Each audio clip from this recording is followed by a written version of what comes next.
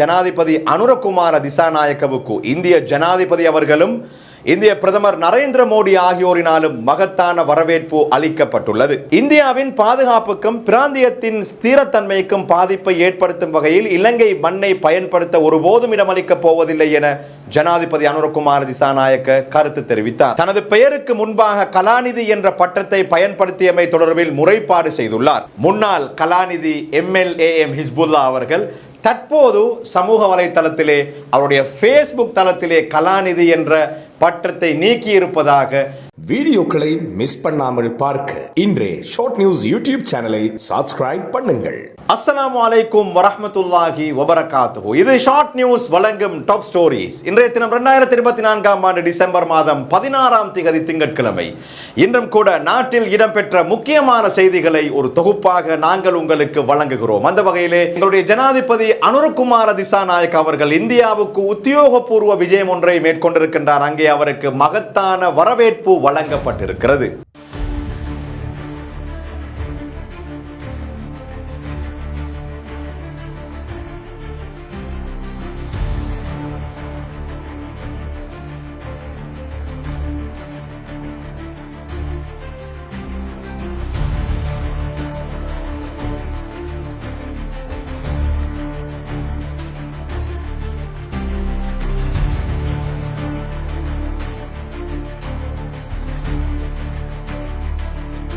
இந்தியாவுக்கு 3 நாள் உத்தியோகபூர்வ விஜயம் மேற்கொண்டுள்ள ஜனாதிபதி அனுரகுமார திசாநாயக்கவை வரவேற்கும் உத்தியோகபூர்வ நிகழ்வு இன்று காலை இந்திய ஜனாதிபதியின் உத்தியோகபூர்வ இல்லமான ராஷ்டிரபதி பவனில் நடைபெற்றது. குதிரைப்படை அணிவகுப்புடன் ராஷ்டிரபதி பவனுக்கு அழைத்து வரப்பட்ட ஜனாதிபதி அனுரகுமார திசாநாயக்கவுக்கு இந்திய ஜனாதிபதி அவர்களும் இந்திய பிரதமர் நரேந்திர மோடி ஆகியோரினாலும் மகத்தான வரவேற்பு அளிக்கப்பட்டுள்ளது.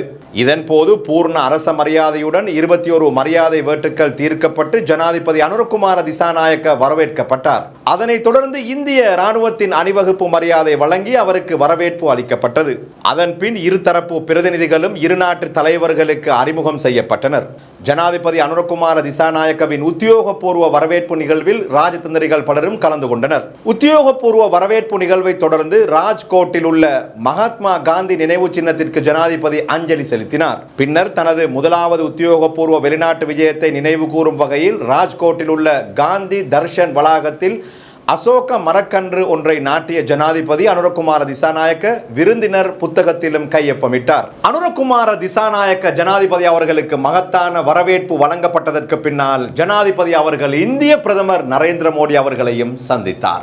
3 நாள் உத்தியோகபூர்வ விஜயம் மேற்கொண்டு இந்தியா சென்றுள்ள ஜனாதிபதி அனுரகுமார திசாநாயக்கவிற்கும் இந்திய பிரதமர் நரேந்திர மோடிக்கும் இடையிலான சந்திப்பு இன்று பிற்பகல் பிரதமரின் உத்தியோகபூர்வ இல்லமான ஹைதராபாத் மாளிகையில் நடைபெற்றது. அதனைத் தொடர்ந்து இரட்டை வரி விதிப்பை தடுப்பது மற்றும் அரசு அதிகாரிகளின் திறன் மேம்பாடு குறித்த புரிந்துணர்வு ஒப்பந்தங்கள் இந்திய இலங்கை தலைவர்கள் முன்னிலையில் கைச்சாத்திடப்பட்டன. இந்தியாவின் வெளிவிவகார கொள்கையில் இலங்கைக்கு விசேடமான இடமுள்ளது என்பதை தாம் நன்கு அறிவதாக கூட்டு செய்தியாளர் சந்திப்பில் ஜனாதிபதி அனுரகுமார திசாநாயக்க நினைவு கூர்ந்தார். இரு நாடுகளுக்கும் இடையில் மின்சார வலையமைப்பு இணைப்பு மற்றும் பல் உற்பத்தி பெட்ரோலிய குழாய் இணைப்பை ஏற்படுத்துவது என்பன குறித்தும் இக்கலந்துரையாடலில் கவனம் செலுத்தப்பட்டது.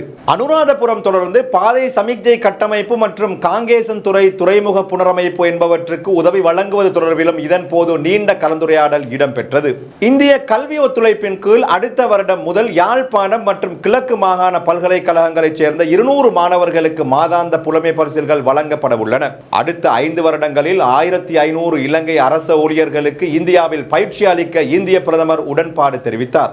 இந்தியாவின் பாதுகாப்புக்கும் பிராந்தியத்தின் ஸ்திரத்தன்மைக்கும் பாதிப்பை ஏற்படுத்தும் வகையில் இலங்கை மண்ணை பயன்படுத்த ஒருபோதும் இடமளிக்கப் போவதில்லை என ஜனாதிபதி அனுரகுமார திசாநாயக்க கருத்து தெரிவித்தார். இதேவேளை இலங்கைக்கு விஜயம் செய்யுமாறும் இந்திய பிரதமர் நரேந்திர மோடிக்கு ஜனாதிபதி அனுரகுமார திசாநாயக்க அழைப்பு விடுத்தார். தப்லீக் பணியில் ஈடுபட்ட நிலையிலே கைது செய்யப்பட்ட 8 இந்தோனேசியர்களும் விடுதலை செய்யப்பட்டுள்ளனர். தப்லீக் பணியில் ஈடுபட்ட போது கைது செய்யப்பட்ட 8 இந்தோனேசியர்களும் அனைத்து குற்றச்சாட்டுகளில் இருந்தும் விடுதலை செய்யப்பட்டுள்ளனர். இவர்களுக்காக சிரேஷ்ட சட்டத்தரணி ருஷ்டி ஹபீப் தலைமையிலான சட்டத்தரணிகள் குழு மன்றில் ஆஜராகி இருந்தமையும் குறிப்பிடத்தக்கது. குறிப்பிடத்தக்கது. இன்றைய நாட்களிலே மிக பிரதான பேசு பொருளாக மாறியிருப்பது போலி கலாநிதி பட்டம். உங்களுக்கு தெரியும், சபாநாயகர் பதவியில் இருக்கின்றார். அதனைத் தொடர்ந்து இன்னும் பலருக்கு இந்த கலாநிதி பட்டம் எப்படி கிடைத்தன என்ற விடயத்திலே பலரும் கேள்விகளை கேட்டுக்கொண்டே இருக்கின்றார்கள். இந்த நிலையிலே நீதி அமைச்சர் ஹர்ஷன நாணயக்கார ஒரு விடயத்தை சொல்லி இருக்கின்றார். எனக்கு முன்னால் கலாநிதி பட்டத்தை போட்டவர் யார் என்பதை முதலில் கண்டுபிடிக்க வேண்டும் என்று. நீதி அமைச்சர் ஹர்ஷன நாணயக்கார இன்று 16ஆம் தேதி காலை குற்றப்புலனாய்வு திணைக்களத்திற்கு சென்று தனது பெயருக்கு முன்பாக கலாநிதி என்ற பட்டத்தை பயன்படுத்தியமை தொடர்பில் முறைப்பாடு செய்துள்ளார். தனது பெயருக்கு முன் பயன்படுத்தாத கலாநிதி பட்டத்தை பயன்படுத்தியதால் தான் மிகுந்த சிரமத்துக்கு ஆளாகியுள்ளதாகவும் தேவையற்ற இந்த அறிமுகத்தை செய்த நபரை கண்டுபிடித்து தருமாறும் அவர் தனது முறைப்பாட்டில் தெரிவித்துள்ளார். தனது பெயருக்கு முன்னால் கலாநிதி என்ற பெயரை பயன்படுத்தியதற்காக நாடாளுமன்ற தொடர்புத்துறை மன்னிப்பு கேட்டதாகவும் தவறான அறிமுகம் ஊடகங்களால் திருத்தப்பட்டு விளம்பரப்படுத்தப்பட்டதாகவும் அவர் மேலும் கூறினார். இதன் காரணமாக சுமார் 3 நாட்களாக பல அவதூறு பரப்புரைகளுக்கு ஆளானதாகவும், எனவே இந்த தவறான அறிமுகத்தை ஏற்படுத்தி தனக்கு அசௌகரியத்தை ஏற்படுத்தியவரை கண்டுபிடிக்கவே இந்த முறைப்பாட்டை செய்துள்ளதாகவும் அவர் தெரிவித்தார். இன்றைய நாட்களிலே மிக பிரதானமான பேசு பொருளாக மாறி இருக்கக்கூடிய ஒரு விடயம் என்றால் கலாநிதி பட்டம். போலி கலாநிதி பட்டம் என்று சொன்னால் மிகையாகாது. ஏற்கனவே தங்களுடைய பெயருக்கு முன்னால் டாக்டர் அல்லது கலாநிதி என்பதை பயன்படுத்தியவர்கள் இப்போது அந்த வசனத்தை நீக்கி வருவதை நாங்கள் பார்த்து கொண்டிருக்கின்றோம். சமூக வலைத்தளங்களிலே பலரும் அந்த டாக்டர் என்பதை அல்லது கலாநிதி என்பதை நீக்கி வருகிறார்கள். மிக பெரிய சர்ச்சையாக மாறி இருக்கின்றது. இந்நிலையிலே ஸ்ரீலங்கா முஸ்லிம் காங்கிரசின் மட்டக்களப்பு மாவட்ட பாராளுமன்ற உறுப்பினர் முன்னாள் கலாநிதி MLAM ஹிஸ்புல்லா அவர்கள் தற்போது சமூக வலைத்தளத்திலே அவருடைய ஃபேஸ்புக் தளத்திலே கலாநிதி என்ற பட்டத்தை நீக்கி இருப்பதாக சமூக வலைத்தளங்களிலே விமர்சனங்களை பார்த்தேன். உண்மையான நிலை என்னவென்று தெரியாது. அதற்கு அவர்தான் பதில் சொல்ல வேண்டும். பொறுத்திருந்து பார்ப்போம். சபாநாயகர் தெரிவுக்கான விசேட கட்சி தலைவர்கள் கூட்டம் இன்று நடைபெற்றது. புதிய சபாநாயகர் நியமனம் தொடர்பில் தீர்மானிக்கும் விசேட கட்சி தலைவர்கள் கூட்டம் இன்று பிற்பகல் இடம்பெற்றது. பிரதி சபாநாயகர் டாக்டர் ரிஸ்விசாலி தலைமையில் கூட்டம் நடைபெற்றது. ஐக்கிய மக்கள் சக்தியின் 4 தேசிய பட்டியல் பாராளுமன்ற உறுப்பினர்களும் நாளைய தினம் பாராளுமன்றத்தின் முதலாவது அலுவலக பதவி பிரமாணம் செய்து கொள்ள உள்ளதுடன் சபாநாயகர் நியமனம் நடைபெறும் எனவும் தெரிவிக்கப்படுகிறது. சபாநாயகர் பதவிக்கு ஆளும் கட்சி மற்றும் எதிர்க்கட்சிகள் சார்பில் வேட்பு மனுக்கள் சமர்ப்பிக்கப்பட உள்ளதாக தெரிவிக்கப்படுகின்றது. தேசிய ஷூரா சபை மக்கள் விடுதலை முன்னணியின் செயலாளர் டில்வின் சில்வாவை சந்தித்திருக்கிறது.